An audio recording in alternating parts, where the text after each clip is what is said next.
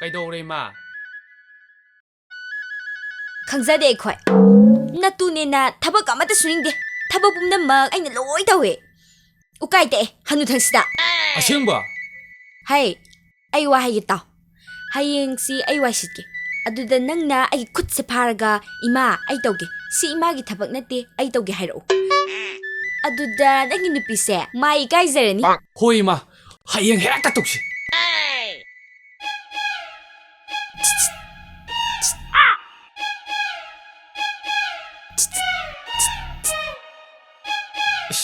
Kaino matoisibo ai tawgise. Ya ai dum tawge. Si ima gi thabak nate ba. Ai tawge ba. Yani ai dum tawge ba. Ai tawgese. Yani me dum tawge. Ngako. Noi ani gido ai yengamdre. Damsa hoy gido sumai tawbiro. Damsa na yumnai se sepiro aduga imana sumang sumai sister sen.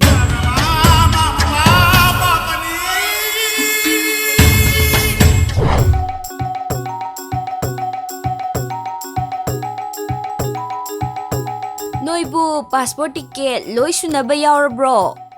Yaure. Kayo to dudi. Kay dorage. Khonggaw ga setkatna. Nang se mongini he. Adu kisu mathakda long pa kuidriba.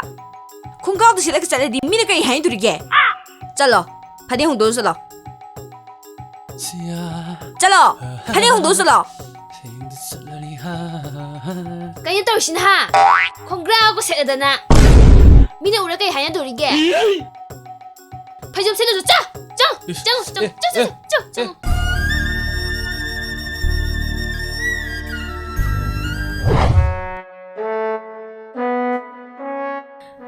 Dine nga do pachara hong thong Mai thong ba haitiye.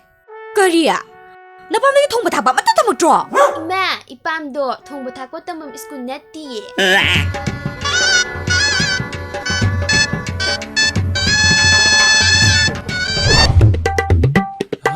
Kadai shirurage hojita halai shiba kadaw halai na ada dum lay go yadra cha kam ta hapte. Lakani hana haibira uyadro. Lau jak thang tura agi.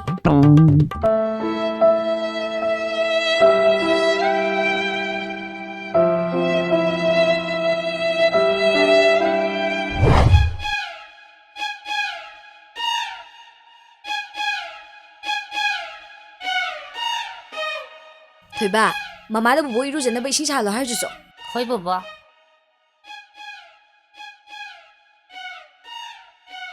Ima, Kainya. bubok na irujana besing chalo ye. Ay na mo hayrena hay saso. Masaw na salo law hayo. Ay ngamoy. Madi thaba mata leitrabani na 24-hour phone meta na leire. Aduga mi na tawba thabak tasu singthana de. Ngamoy ay thabak mayam leiri. Telaw soigadaba, alu khekadaba, imsa khekadaba, yang watli. Madi kadai. Phammaga thawda na leire. Ngamoy. Mana thabak mayam se mateng amta pangbiba nate. Aduga adu tawra u, ada tawra u, si wai saire si taw hanuraba mana phone meta na som le. Angang sadana. Alu sida khelasu mahay oinima. Aduga ina yumsigi minnai. Ma, sorry. Karigi sorry na ha ai se film gi phattabi maniam oinu urba nang na ha Ay nahabadi. to na yo nasadigi na nga iba mayam do ai tara mo ining bro Nate ma, ay Taninde. nahabadi. ai nang si minay oya thamki bro wa matang haibada adwana haigada bo ready to birano ai gilai bukse karino karamo yono ai bibisibo Ima, babok ta hai dasu yare ko.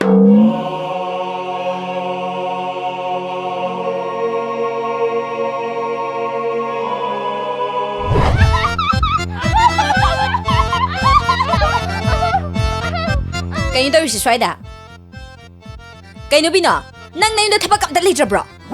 Hek lapaga, hu he keke. Hek da ba? Kayo bima, nang gitabag si Sira. Miriam karaga pulagan nong hek an baga, hu he. Salo, name salo so, tabak ka daw so. Ibima, kono mulaki, kono wari sansiko, islagi. Bye. Bye.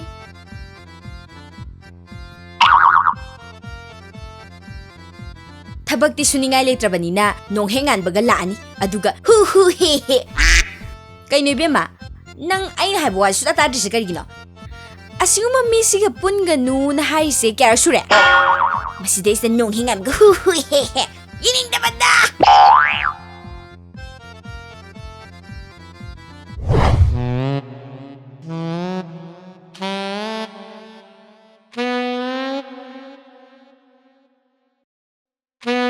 ꯁꯤ ꯁꯅꯥꯁꯤꯅ ꯀꯝꯀꯥꯟ ꯂꯩꯔꯤꯕ Sidi nga hanwaigine. ꯍꯧꯖꯤꯛꯀꯥꯟ ꯄꯣꯠ ꯂꯩꯕꯒꯥꯁꯦ ꯑꯩꯈꯣꯏꯗꯒ ꯑꯃꯠꯇ ꯍꯥꯏꯔꯝꯕꯖꯥꯠ ꯅꯠꯇꯦ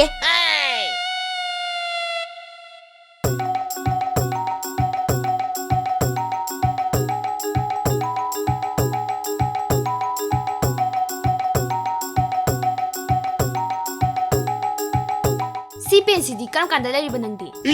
Ngawrabo. Aingon dasu hairamde. Ima, new pen. Yum sida pot ama laiba matamda. Aingon na natraga imada khangangadaba. Ima, yum sida pot anawba ma pusilakpa matamda. Ti law nga khongnabado amta laisi. Matung manaw di ne, pot laiba matamda ne. Ima aikoinida hairamgadaba. Khangedana, gada.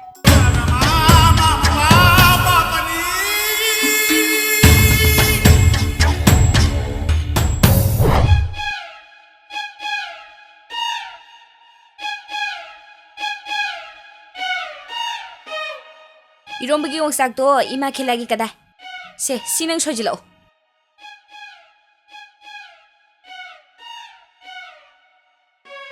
시 용싹시 낭을 내려 이러 Hoy ima, 오오 kaidorage ima.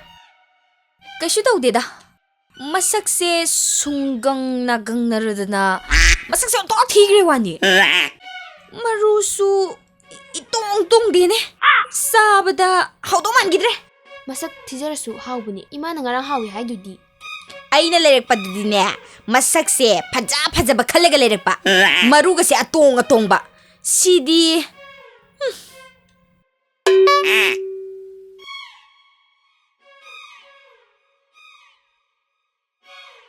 ꯌꯣꯡꯆꯥꯛꯉꯩꯗꯨꯕꯨ ꯀꯥꯏ ꯊꯝꯈ꯭ꯔꯖꯥꯠꯅꯣ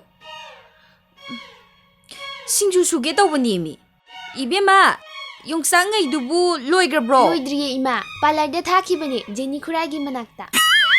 Horen bala sama malaga haladabane.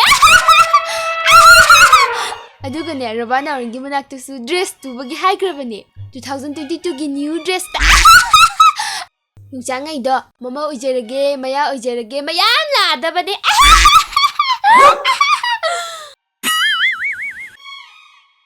Asida khon marumda laibani.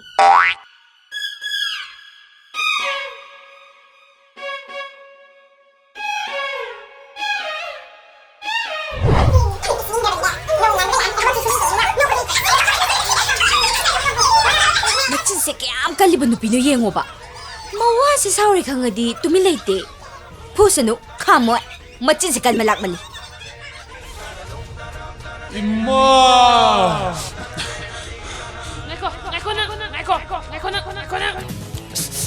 Ima, I'm taking you. is I'm taking you. karido he nawana purabida khutha phatti sina khangdabra ha Ho aisu khange khuna na te khofak na kaw.